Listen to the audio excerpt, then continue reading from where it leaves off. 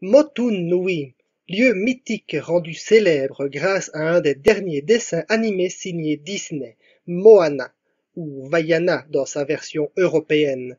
On y découvre une île paradisiaque en Polynésie, île qui est en train de se faire ronger par un mal d'origine inconnue.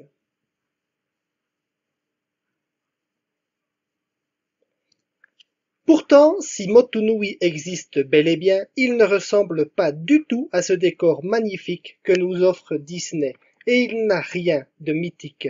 Mesdames et messieurs, je vous offre Motu Nui.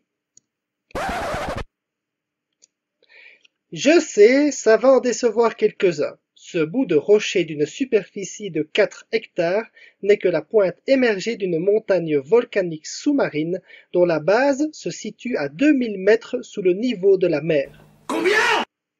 Oui, 2000 mètres. Il faut d'ailleurs savoir qu'en polynésien, le terme motu désigne un îlot, pas une île gigantesque. Il se trouve à environ 1500 mètres de l'île de Pâques. C'est comme pour Sarah Connor. C'est à côté. Sarah Connor. C'est à côté. Sur la route jusque Motu Nui, nous trouvons une colonne gigantesque, Motu Kao Kao. Vue depuis le village de Orongo, cette colonne ne paye pas de mine. Pourtant, elle est immense. Peut-être a-t-elle inspiré l'entrée du Lalotai au créateur de Disney, mais ce n'est qu'une théorie personnelle. Vous pouvez me dire en commentaire ce que vous en pensez. Bon, ce que je peux vous dire... Oui. Oui, Non, non. oui, non, vous vouliez dire quelque chose? Allez-y. Non, mais Qu'est-ce que vous voulez? allez-y, si vous voulez dire, si vous voulez, vous en prie, vous voulez qu'est-ce pas que moi, vous c'est voulez? pas dit, ben que nous, qu'on en avait plus ou moins rien à péter. Bon ben, ok, on passe à la suite.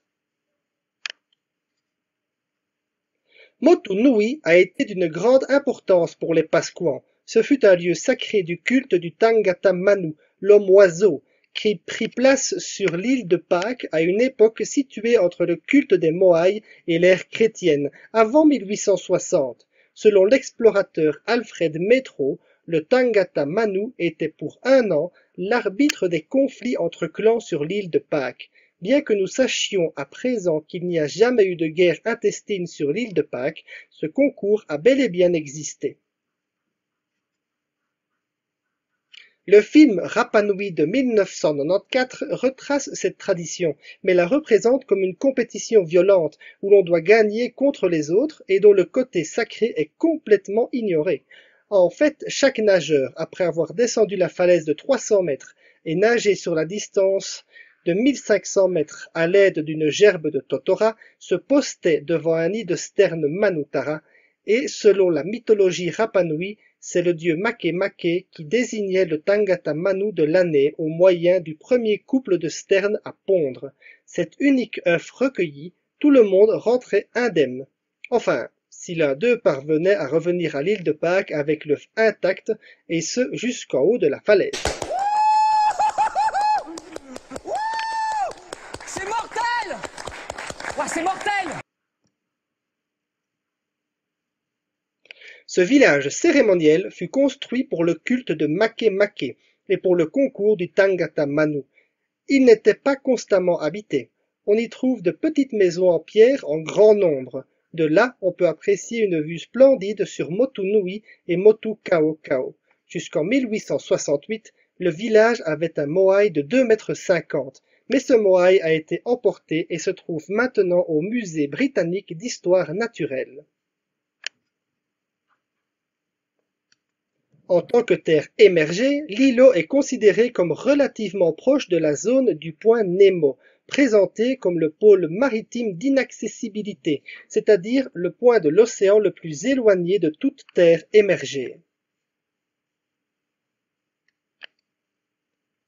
Il est possible de se rendre à proximité de Motu Nui, mais pas d'y accoster. Depuis l'île, une agence locale organise des expéditions de plongée en snorkeling à proximité de l'îlot. S'en approcher est très impressionnant, mais la plongée avec tuba et palme n'offre rien de bien extraordinaire, la montagne plongeant à pic dans l'océan. J'espère que vous avez apprécié cette vidéo sur Motu Nui, et si c'est le cas, je vous invite à la liker et à la partager. On n'oublie pas bien sûr de s'abonner pour ne rater aucune vidéo. À bientôt!